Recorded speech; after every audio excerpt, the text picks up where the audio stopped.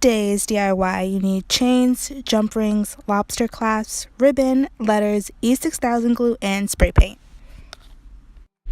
Step 1 is to unpackage your chains. The next step is to arrange your letters. Now, I'm doing 2 different ones, so I'm doing Chanel and my name, but just whatever you want.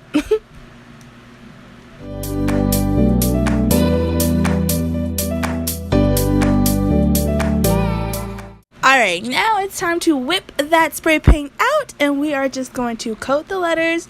I did 2 coats both sides, let it dry in between.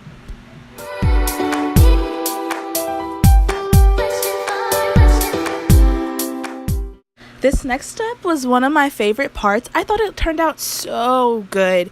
You just take some ribbon and thread it through the chain like you would needle and thread, and oh my, it looks so good. I was like, what? Yes. Oh, she's so pretty. Oh, I love it. It's supposed to look like, the really tiny leather strips that go through the chain sometimes, like that. Okay, now I'm just taking the E6000 glue, and I kind of pre-knotted the ends of the chains, and I'm just gonna put a little tiny bit of E6000 glue in there and pull it tight. That way the knot is really secure and not going anywhere. I double knotted the ends just to make sure that it really was snug as a bug in a rug. Next, you want to get a jump ring out and ready. Just put it to the side and then go ahead and get out a lobster claw. Now, I got ones that were kind of bigger because I knew it was going on a belt, and it does have a keychain attached, but no biggie. I'm just going to take it right off. Using the jump ring that we set aside a few seconds ago, go ahead and connect the ends of the 2 chains that we didn't put ribbon in.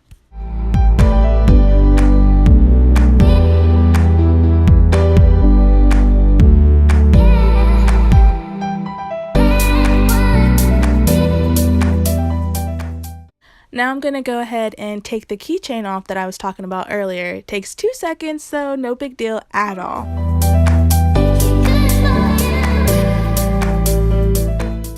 Now, because it had its own keychain, it has its own jump ring, and I'm just going to use that same jump ring, open it up, and jimmy the little belt in there. And that's going to be the end piece. It's going to hook on to the other side. You'll see in just a second.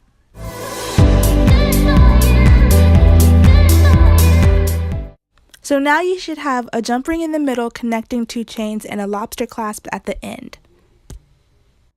Get a bigger jump ring and attach it to wherever you want the lobster clasp to attach to. It's basically the size of your waist. So measure out your waist, and that's where you want to put the jump ring so that the lobster attaches.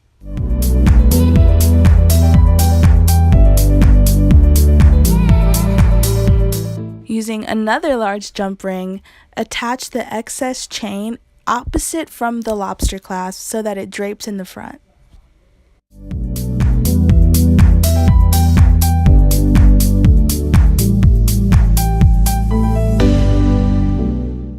Now that both belt pieces are done, it is time to bring them together like the family that they are, and you already know what we're using to attach them. I'll let you guess. Guess down low. Guess down low. Oh, didn't even see it. But it's a really good idea. I can't believe I forgot I was doing this. It is a good idea to go ahead and measure it so you can see exactly where to put the jump rings. I gave away the answer. Gosh, this is awful. I should edit this, but I'm not going to. I hope you enjoy my ramblings. Jump rings and chains for this project go together like peanut butter and jelly.